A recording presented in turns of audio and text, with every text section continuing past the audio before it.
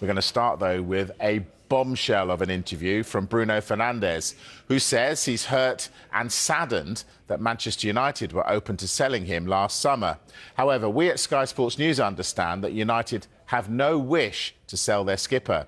Well, Fernandes turned down the chance to move to Saudi Arabia and told Sky Sports back in October that he felt he was still part of the plan at United and the head coach Ruben Amorim wanted him to stay. But in an interview with Canal 11, a broadcaster affiliated with the Portugal FA, that was recorded last month but broadcast only yesterday, Fernandes said this: "The passion and empathy for the club were the same, only it gets to a point where money is more important to them than you. The club wanted me to go. I told the directors that I don't think they had the courage to make that decision because the coach wanted me. But if I said I wanted to leave, even though the coach wanted me to stay, the club would let me." Well, despite Fernandes' claim, United are adamant that he is part of their long-term future and they don't want him to go. Fernandes' contract currently runs until June 2027 with an option of a further year. Well, in the interview, Fernandes added, "I was valued. What values me most has to be my club, although I feel lately that I'm a little on the tightrope. Because in England, a player reaches 30 and they think he has to remodel. I decided not to go, not only for family reasons, but because I genuinely liked the club. From the club, I felt, if you go, it's not that bad for us. It hurts me a bit. More than hurting, makes me sad. I'm a player who has nothing to point to. I'm always available. I always give the best of me." The background to this is Al Hilal made a big move to sign him, but they never made an official bid for the player. So it wasn't like Manchester United had a bid of £100 million on the table to accept or to turn down. It was made clear to Bruno Fernandes that Al Hilal were interested in signing him, and he finally decided that he did not want to move. Now, that suited Manchester United, and it suited Bruno Fernandes and his family as well. So I just think when it comes to transfers, not everything is black and white. I know some people are saying Manchester United wanted to sell him, they weren't necessarily telling the truth in the summer. Bruno is now spilling the beans. I don't think it's as clear-cut as that. I think my feeling is that if he'd said to Manchester United, "I want to go to Al Hilal, I've made my mind up, that is what I want to do," then probably Manchester United would not have stood in his way. Well, staying with Manchester United, they're firmly in the race to sign Antoine Semenyo from Bournemouth, as are Manchester City. Yes, City are monitoring the player, and some insiders believe they're the strongest contenders to sign him. Liverpool and Spurs are also interested. Semenyo has a £65 million release clause, which becomes active on January the 1st. Pep Guardiola has confirmed that James Trafford will not be leaving the Etihad in January, despite the keeper becoming unsettled after he joined from Burnley in the summer. He started the first 3 Premier League games, but hasn't made a league appearance since. That's after City signed Gianluigi Donnarumma on deadline day. He needs no introduction. Michael Owen and I delighted to welcome Michael Carrick with us this week on Extra Time. Good to see you. Look, we could be here for 2 hours talking about your career. So let's sort of start at the United era, because you obviously went to London, joined West Ham, came through, jumped to Spurs, then the interest from United. Now, with the greatest respect to 2 huge clubs, West Ham and Tottenham, what was that jump like to United initially, having looked at it from the outside before you got on the inside? Yeah, I mean, I knew it was going to be big. I'd been lucky enough to be around the England squad with some of the players, really, and I kind of knew what level they were at that time. And we finished 5th with Tottenham in the Premier League this season, my last season. So it felt, I think United finished 2nd or 3rd in the league. So positionally, it didn't feel that much until I got there. And I thought it was a different stratosphere, really. Everything, expectation, pressure to win. Level standards that the football was played at, trained at. Training was the hardest part, probably, in gaining the trust of them world-class players that I had to try and play with, really. And how did you do that? I think temperament is probably one of your big strengths. Did that really help you go into a huge club like Manchester United when all the pressure is on, just that calming influence? And also, taking Roy Keane's number at something. Again, it's a big shirt to fill. Yeah, it's a bit of duck and water, to be honest. I had to take number 7 off Ronaldo. I've had a bad back since. Oh, dear.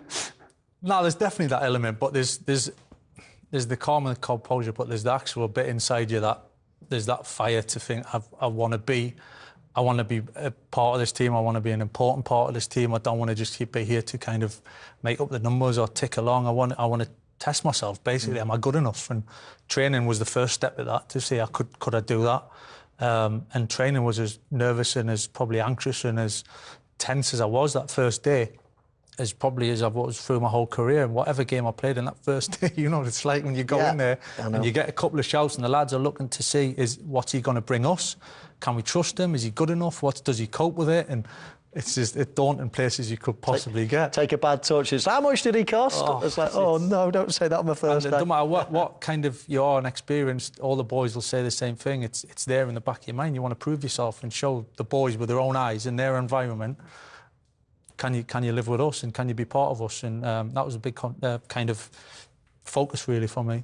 So what was it like then being surrounded by winners, serial winners, and you had to fit into that and you had to win? So of course West Ham and Spurs are huge and Spurs had just finished 5th, but sometimes it was acceptable to draw or to lose narrowly. But you walked into a club where that wasn't acceptable. That was back page headlines. And I was fortunate, Steve, to be honest. I walked into a dressing room that was ready made and I had the manager, which he was used to winning, and he had set that with Giggsy, with Scholesy, with Gaznev. Kind of, it was ingrained in the team and the squad at that point. Just a quick one. My first start was Watford away. We won 2-1. Horrible game, scrappy game. We kind of was lucky to win 2-1. I came off thinking, if that was at Tottenham or West Ham, we'd be buzzing, 3 points away from home, brilliant. And the manager came in and went absolutely mental after the game. Not good enough. Not at me personally, but as to the team. He left me alone, actually. Probably thought it was his first one. I'll leave him alone. But he went for Giggsy, I remember it. And I thought, that got me, because I thought, if them two are going at it, at that point, after a win, it's not good enough. And that really straight away perked me right up to think, right, I've got to take this game to another level. So you mentioned the manager there. It's all right saying he was a winner, he instilled it into Giggs and into the dressing room. How? What is different? I mean, I was fascinated from outside myself, and then, to see him up close. Because then you've gone and managed after. We'll come on to that later. But what do you think set him apart? How do you become a winner? I just think he was so hungry and so driven that nothing was getting in his way, basically. And you either came along with him, or you got yourself another club and you got off. Didn't matter who you were, what stage. If he thought you couldn't offer the team and the squad something moving forward, thank you very much, we're going without you, really. And he was just unbelievable. I came in, he was in his 70s at that point, and he was as hungry as he could possibly be. So I don't know whether he must have still been like that, and he's carried that all the way through and even right till the end. So he was so ruthless, so driven.